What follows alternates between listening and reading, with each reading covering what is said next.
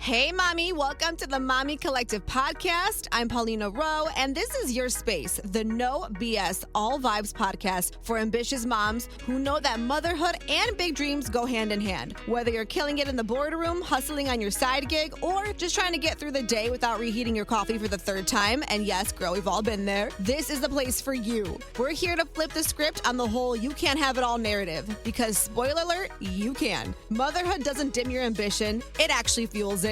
And we're going to talk all about it, the wins, the struggles, and the moments that make you say, damn, I am really doing this. So buckle up, boo. We're diving into real talk, inspiration, and the occasional hot take to keep you fired up and thriving. This is the Mami Collective. Let's do this. Mami Collective podcast. Back today, another episode, and I'm so excited to have my guest on today. I've got Lexi Janis, who goes by Lex in the City on the gram and social platforms. You are a digital creator. You are a boy mom and founder of Amore Influence. How are you? Good. How are you?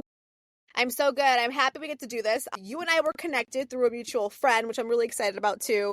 Yeah. And yes, and you came to my, I had a Moms in Media dinner party and you and I connected there. And I'm happy that we get to connect after and build a friendship and hopefully, have even our babies have a play date. That'd be so fun. So, and talk all things mom. All things mom, which is so crazy. I still think about that. I'm like, whose mom am I? I'm a whole ass mom. Yeah. No, same. Just a little bit of everything. It's crazy. So tell us a little bit about yourself and of course, your son, all that good stuff. Sure. So Lexi Janis, I am a digital content creator. You can find me, as you mentioned, Lex in the City is my Instagram account. And over there, I talk about a little bit of everything. I talk about my son. He is a 17-month-old, almost an 18-month-old. We're going through the toddlerhood. We are in the thick of, we're not even in the twos yet, and we are in the thick of our toddler era right now. And also I talk about home decor. I love cats. They were my firstborn, so I'm always over there talking about my cats. I foster cats as well. And then I also just share day in the life of in and around Chicago. I love to travel. Oh my gosh, what else about me? I think I said home decor, again, a little bit of everything. Oh, and my husband, his name is Bill. He brings the humor, he brings the fun. We don't take life too seriously over on the gram. And then my full-time job, both are full-time jobs, but this is my boss girl job. I am the owner and founder of Amore Influence. It is a boutique talent management agency. So I started with one client. I was doing it very much so on the side. And then now I have 15 creators. We're a team of five. We're a team of 5 and we're really booked and busy. So we help creators negotiate their brand partnerships, just make sure that everything when it comes to a brand partnership runs smoothly from start to finish. And really we're that liaison, we're that relationship driver between the influencer and brands or agencies. So it's nice that both of the roles, both of those jobs that I have kind of fold, have a lot in common, but also are different. So a little bit about me. Oh my God, no, totally. I think that's awesome that you're kind of able to do both, like you said, and they kind of just like fall into the same category almost, right? Or like the same world.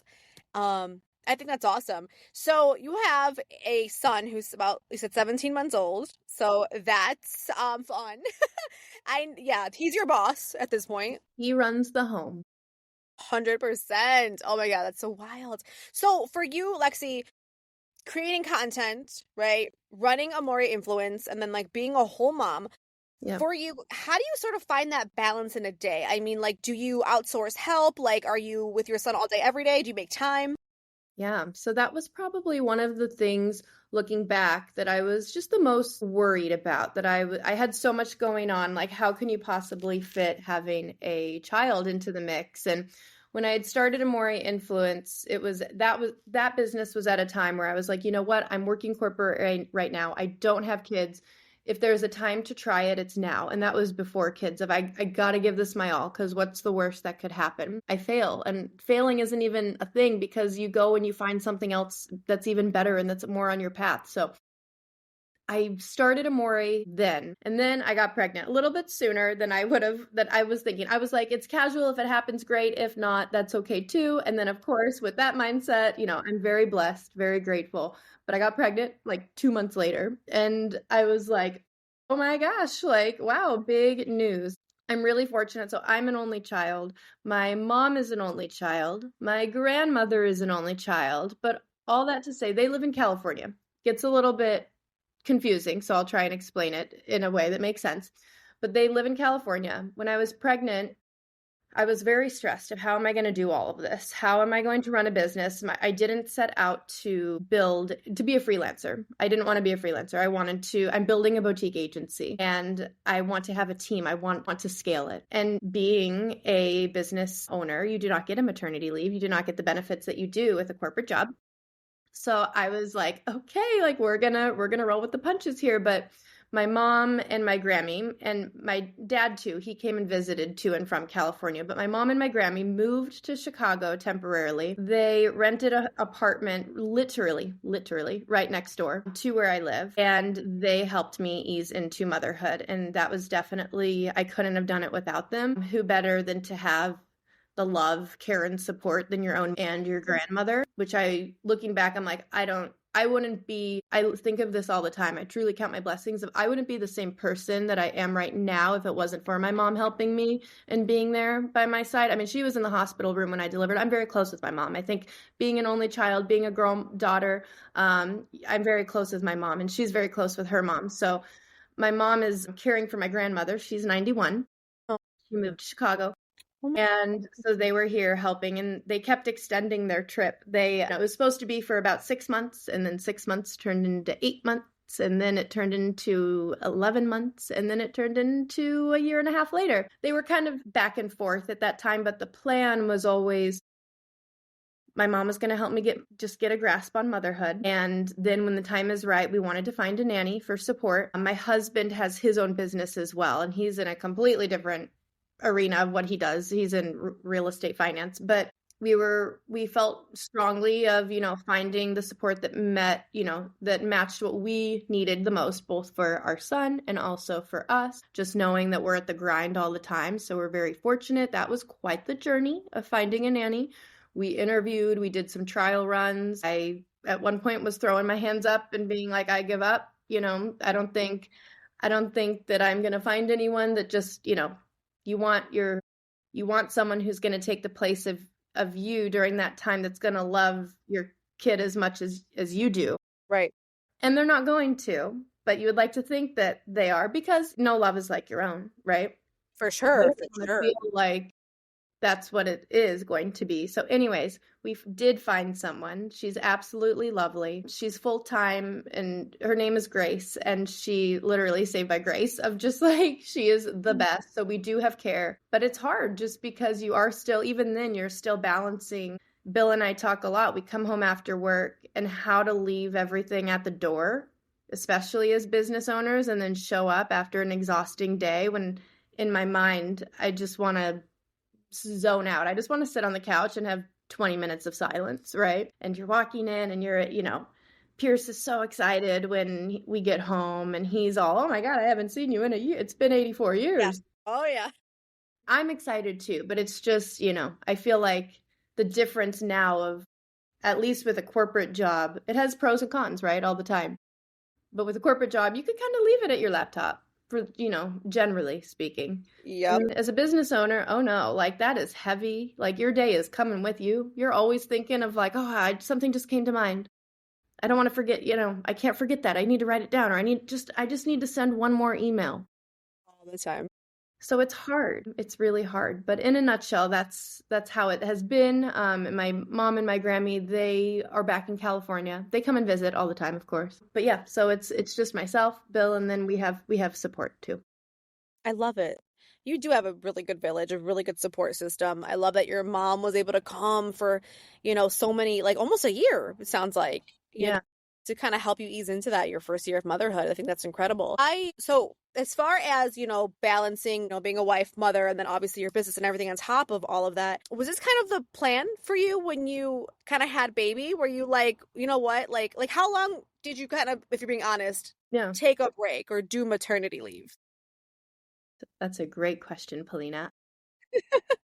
I was forced to take a break for about 2 weeks for sure, right after, just because I was in the hospital and I had a very healthy pregnancy all up until the end, and I had postpartum preeclampsia. So I was in the hospital, I had everything, stuff hit the fan. And then I had to go back to the ER. I was home from the hospital for 4 hours with my baby and back in the hospital, in the ER on the mag. So I was forced to slow down. That said, I would say it was like maybe a solid 2 weeks. And I did have my team members who was keeping things moving while I was out and just getting better. But I was not in a place where I could, I didn't know what was happening. Just I couldn't focus on anything. I couldn't focus on work. I couldn't focus on myself, my baby. I was, but it's a blur. So no, I took off 2 weeks because I had to, but since then I definitely didn't, and I wish looking back that I did, or at least that I could have.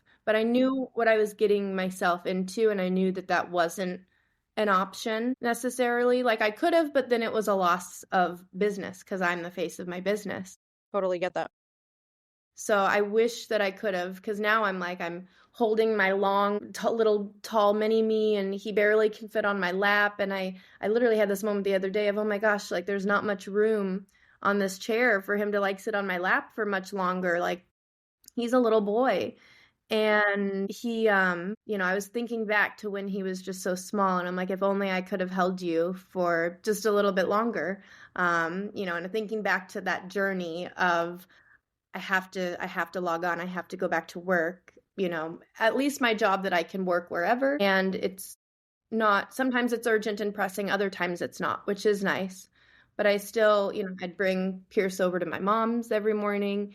I'd go work remotely, separately, and get my stuff done, would come back. I was definitely being pulled in many directions, but again, I wasn't able to log off ever and just commit to motherhood just because there was a lot going on. Yeah, and I respect that because I think it's easier said than done to like say we're gonna do something, but when you are a mom and when you got things to handle like a business, yeah, it's really hard to walk away and step away.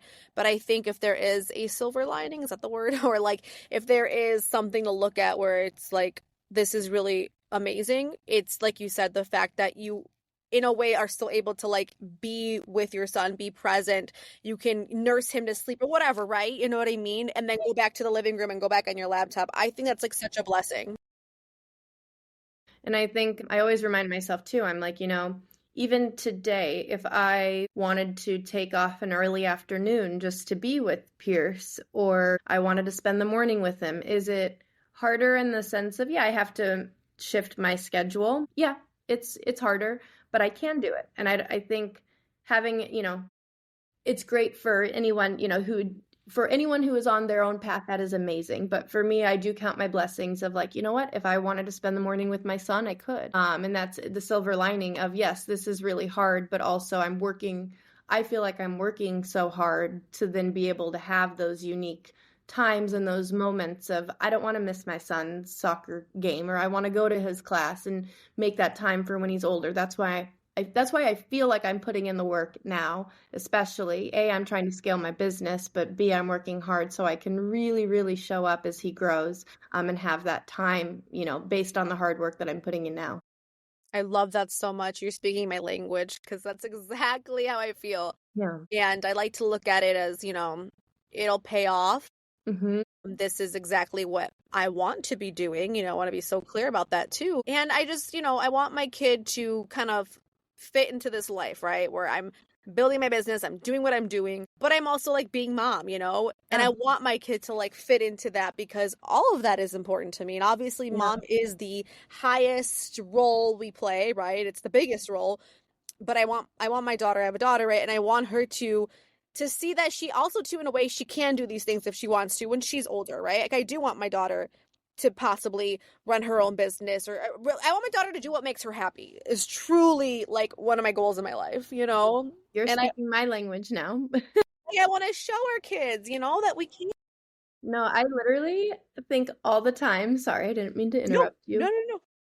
I'll be driving just by myself in the car and I will play whatever song comes on the radio. And usually it's like, I don't know, it can get you in your feels kind of song. And then I'll start like getting in my head of thinking, here I am doing all this work. I can't wait, like bring my son to work day. And that he sees that not only is his dad a business owner and working so hard, but also his mom is, and just how she started something from the ground up of like, being able to be that role model. And literally, this is me driving in the car, starting tears are streaming down, just like thinking of like, I hope he's proud of me one day. And like, I'm so proud of him, but I want to make him proud. That's what I'm working hard for. And all of the feels just come flooding in. I'm like, oh my gosh, it's fine. We're gonna be fine. Get it together, Lexi. But yes, that we're setting a good example and we're setting a strong example that, we work hard and that they get a little bit of that instilled in them too. I 100% agree. And Lexi, when it comes to your content creation, Yes. before you had your son, what was your content focused on and how has that shifted? Yeah, that's a great question. My content was basically everything I had said without Pierce. And then now, like, just I think I was always a little bit of fashion, a little bit of home decor, cats, Bill, relationship as, being married for 2 to 3 years, 2 years at the time, things like that. I feel like now, even when I look at my feed, I'm like, wow, it went from like everything that you used to do. And now it's like some of that, but it's definitely not as much just because time, the availability and time that you have when you have kids definitely decreases significantly. Now, you'll find on my feed that it is those family moments because I feel like my feed has always been a reflection of something what is Lexi doing? What is she spending the most time on is usually what you have always seen in my feed as far as I might have been working on a new project or redecorating something in my home, or I mentioned I foster a lot of cats because I work remotely and I sit in an office, makeshift office space all day, that I bring in cats and I foster them. And that takes up outside of work, that takes up a lot of my time. So then I have all these highlights and every year I would do a recap of I fostered 30 cats in 2024, right? Something like that. So I think thank you. I love cats. So it's still the same. I think it's just tougher just to keep talking about those things that I once did because I don't have the time on the weekends now as much, or I do, but it's harder, right? I want to go shoot at Wrigley Building downtown in my new outfit that this brand wants me to post. It's really hard. I feel like the second Pierce sees me whip out my camera, he starts to cry because he like knows that the attention's not going to be on him and it's on mom. And I'm like, oh, just give me 5 minutes. Like I'll be right back at you, So it's just harder. That said, now my content is more of Pierce because that's on the weekends. That's, we're all together as a family and we're doing kid-friendly things and in the evening or morning. So same but different, if that makes sense. Totally. I love it. And how do you find the time to record, edit? Because people don't understand content creating is truly a full-time job, but it takes a lot. So, you mentioned like when Pierce sees your camera, it's like a meltdown city. So how do you kind of balance that? How do you balance it? How do you find time to do all of it? Yeah, when I have campaigns booked for my personal brand, I definitely try and film it during the week. So I'll pick, I try and have them all together. If it's more than one, I want to do it all on the same day. So then it's like a one and done, but it is that Monday through Friday that I'll book it in. I'll either book a photographer, I have a professional camera so I can self-shoot on a tripod, or I do work with my wonderful videographer. His name is Wilbert. He's based in Chicago. Brands love the content that we make together. It's a little bit more glossy, high quality. His editing skills combined with my creative ideas of what I envision, I feel like we've always worked very well as a team together. So he puts up with my most outlandish, out there ideas, but he helps me as well. So he helps film something and then he does the editing and everything. And then we work together on any edits, final feedback, etc. So definitely try and keep it to during the week when I can. And it's, a blocked off time my team knows. And, my management team, one of my managers manages me. So she helps me with my partnerships because I don't have time. I'm running a business and I do have my own brand. So, she's getting so much experience with working with me on that side, right? As I'm a client on our roster as well. And I am managed. So she's helping just coordinate on that end with my partnerships. Yeah. So that's been really helpful as well. So you have experience, or like you have your hands in both the creator side and then the agency side. Yes. So that's a whole unique perspective. Yes. So for a mom who's listening who wants to either kind of like, enhance her career, right? And kind of like continue to build her content creating career, or a mom listening that is just starting and says, I want to start doing content.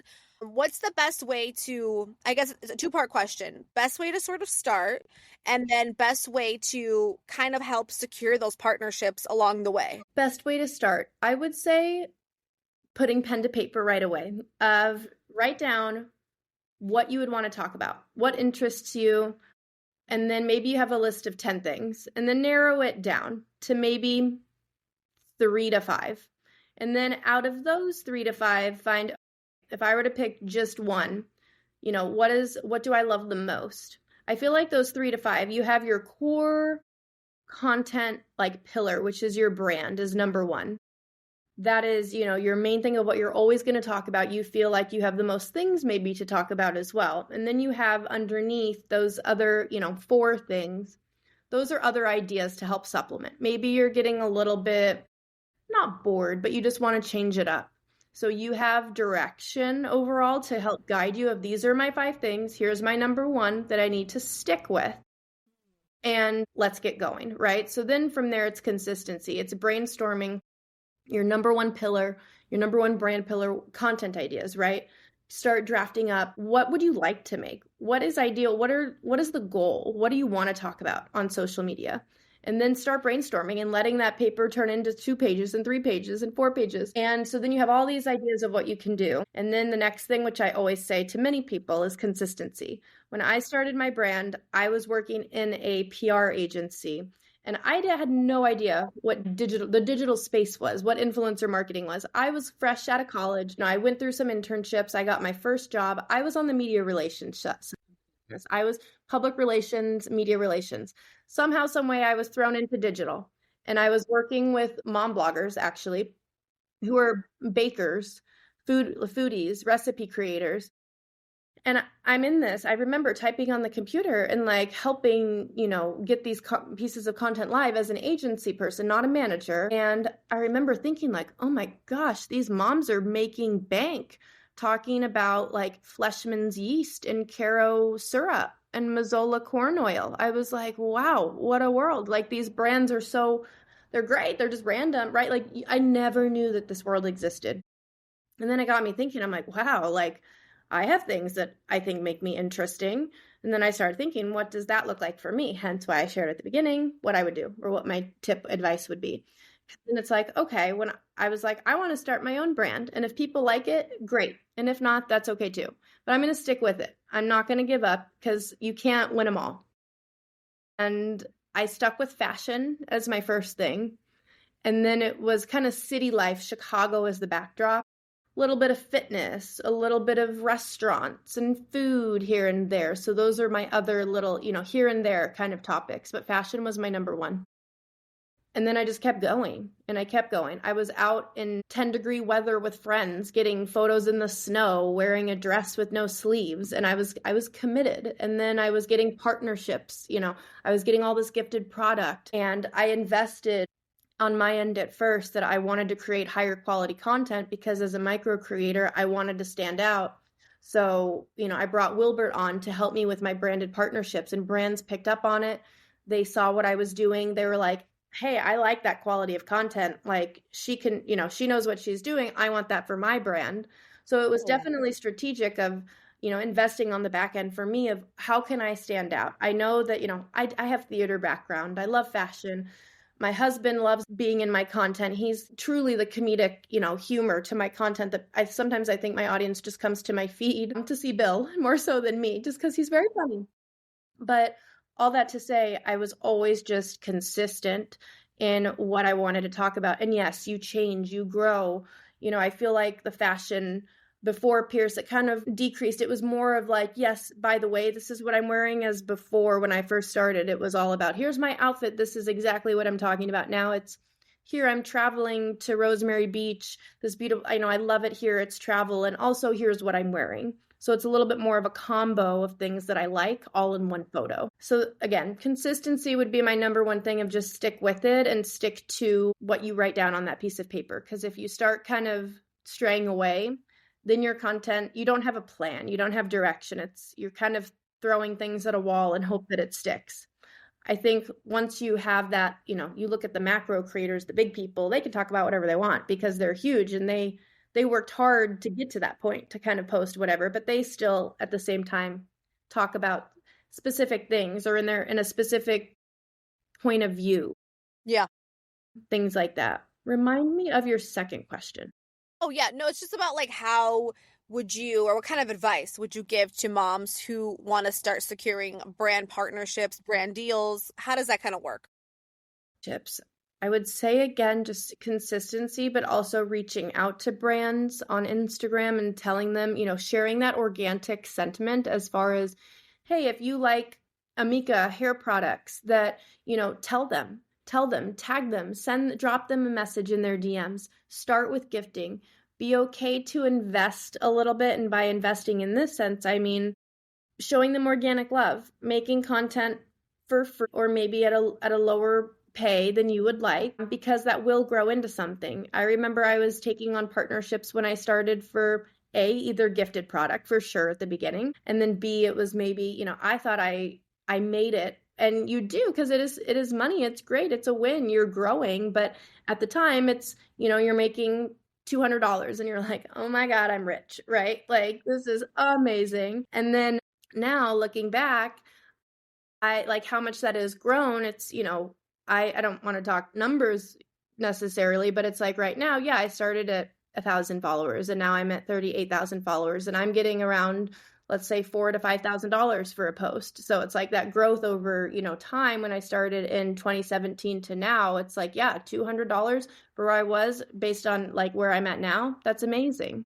It's incredible. I mean, congratulations. Because Thank you. like you said, that takes hard work. It did not happen overnight. Yeah, no. And it's like, you never give up. And I saw the end goal and it's, we're not at the end, but I saw what I wanted. And, I'm at a good spot where it's like, yeah, it's fun for me because I do have Amore as my main job, but it's still like, no, I still run my brand as, it's me. It's an outlet. It's a creative outlet, but also I can do brand partnerships and it's just fun. It's fun to get creative with brands, especially working on the agency side originally, because it's like, ooh, you have a brief. I want to put my twist on this because that's what I love as well. Yeah, I mean, you have a really unique perspective, like in my opinion, to kind of be on both sides, right? You know what the agency wants and sees, and then obviously you know what, Lexi wants and sees as the creator. So I think that's awesome. So how do you deal with, if you've ever experienced it before, but how do you kind of deal with the burnout part of all of this? Yeah, that's a great question. I feel like at the beginning of the year, I definitely felt burnt out I was super busy over at Amore, which is great. Busy is great, not complaining. But then when it came to at the end of the day, oh yeah, I have to show up for my own brand, right? And just keep pushing through. And I didn't have any ideas and I didn't have any inspo. I didn't feel like I wanted to, just because I was pretty exhausted being a mom. Pierce was, let's see, like 14 months maybe, at the beginning of the new year. And he's going through a lot of changes. I want to show up for him. At the same time, I want to live in the moment of being with my son, but I also want to record stuff. But it's hard when you're a toddler mom to record and get the camera out.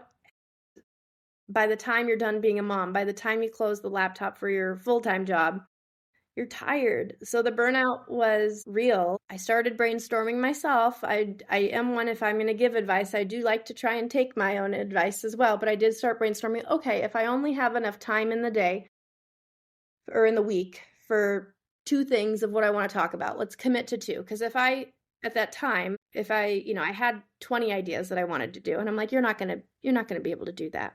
That's too much. That's not possible. So let's start with 2 things and let's start small because that feels more manageable, more attainable. So I started small and then I felt like I was getting my spark back a little bit. Or when I did get my camera out and I saw the pictures, that I was taking, I'm like, oh yes, I got my inspo back, just because it does get hard and things kind of fall by the wayside at times. And, at the end of the day, I knew that my son comes first beyond, above everything. So while there may be burnout there, I'm letting that burn for a minute so then I can show up for other things that I know I need to and I want to show up for. 100%. And I love what you said too. It's about wanting to show up. And I don't know, I think it's just really important to make sure you can try to balance it as best as you can. I know it's so hard, but like while taking care of yourself, obviously showing up as the best parent you can be. Yeah. And then obviously showing up for your business, right? Or for your content. Like it's so much. It's so much to balance. But I think you're doing an amazing job, first and foremost. Thank you. Of course, I mean that. And my kind of almost last question kind of for you is walk us through a day of Amore. Kind of like, what does that look like for you? Obviously, if anyone's listening that, has always wanted to work with an agency or want to be represented by one, what do you guys look for in creators? Yeah, a day on my end, I'll start there. I usually catch up on email by the time I'm at my desk. I am with Pierce in the mornings and then I get ready. I kind of play catch up for the day. My managers are coordinating the partnerships.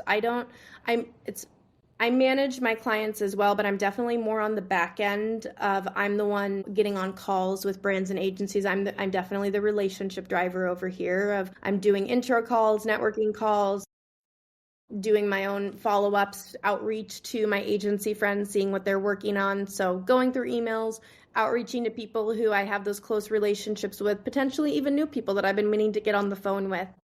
I also I have a social media team member who helps the Amore Influence Instagram channel. So I'm reviewing content that's slated, for the month ahead to go live.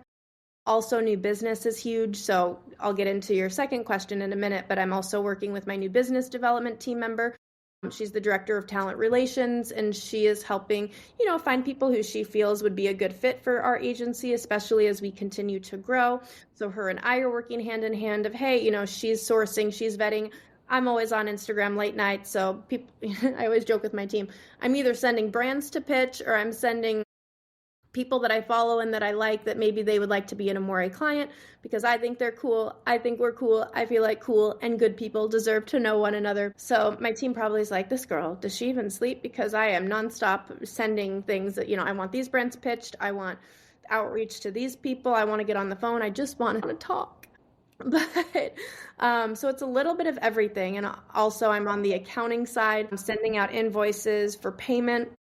Probably my least favorite thing of the job, but you're looking, at a non-finance girly, you're looking at the accountant of Amore over here, but doing that as well. And then anything in between, I'm reviewing contracts. My team reviews contracts that are between the client, our talent, and the brand. Then I have final review over every single contract that comes in just to make sure that we're getting, dotting our I's and crossing our T's. As an Amore client or potential Amore client, what we look for, it's always changing. I feel like who you'll find on our roster are people who genuinely are good people, like I mentioned, but there's little parts I feel like I feel so passionate about, like what they are talking about. Like we have our moms, I can relate to them because I'm a mom. We have our fashion girlies. I love fashion. We have our interior design crew. They're amazing. They are so talented at what they do. We have, people who just love to get creative with their videographers, with their video skills that I'm in awe over every time. So definitely you'll see Lexi's personal interests reflected in her roster. But I think as that is kind of there, it's also who do we look for? It is changing. I feel like right now we're at a time where brands are really, really sales driven. So they want, 2 times, 3 times return on investment. They want to see if you're going to pay, example, the creator $1,000 for a story set. They want 3 times ROI. They want to see $3,000 in sales based on the $1,000 that they spent. It is shifting a little bit, which I'm very happy about, to more awareness-driven campaigns. That's more, those views, the engagement. You have to have high views and engagement as a more awareness-based creator. All that to say, we look at both things. It doesn't, I think we do good work on both awareness-driven campaigns and sales-driven campaigns. But, one of my first questions when we're vetting potential clients is, can you show me some sales data? Walk me through some sales data. Can you sell a product is what I want to know. And share with me some examples of that. On the other side, okay, if you are more awareness-driven, views, likes, comments, things like that. Are they consistent? Also, what is your it factor? Hold on, I have to cough. You did so good, though. I'm proud of you. Thank you. Oh my God, right at the end, too. Thank you. I'm going to have a sip of water really quick. No, yeah, you're totally fine. So proud of you. I was like, wow, she's killing it. Thank you. Sorry. There's a lemon seed in my drink, too, of course. Of course. Okay, I was talking about awareness. The awareness factor, I also look at, like, what is your it factor? What helps, what about this person stands out amidst the competition?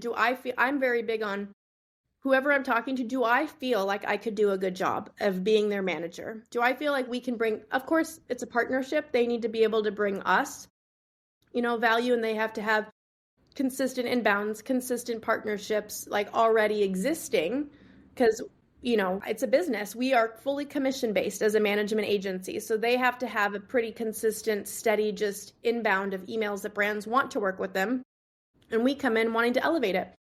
We want to come in and, pitch them to other brands that maybe they haven't been in contact with, but we have the contacts. We know what to do. We know how to relationship build. So I think right now we're looking a little bit more of like 100,000 followers.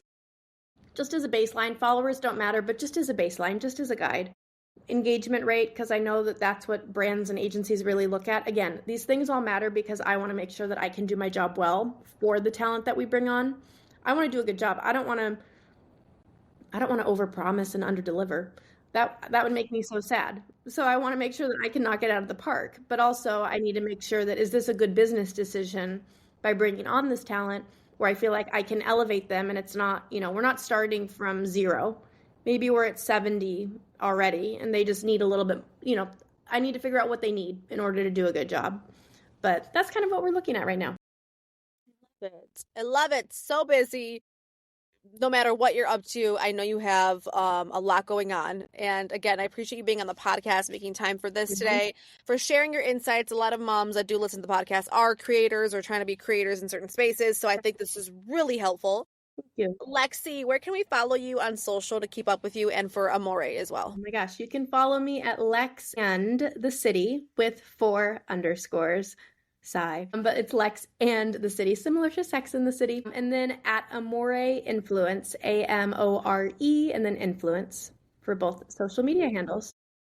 Lexi, thank you so much for being here with us today. We appreciate you. Thank you so much.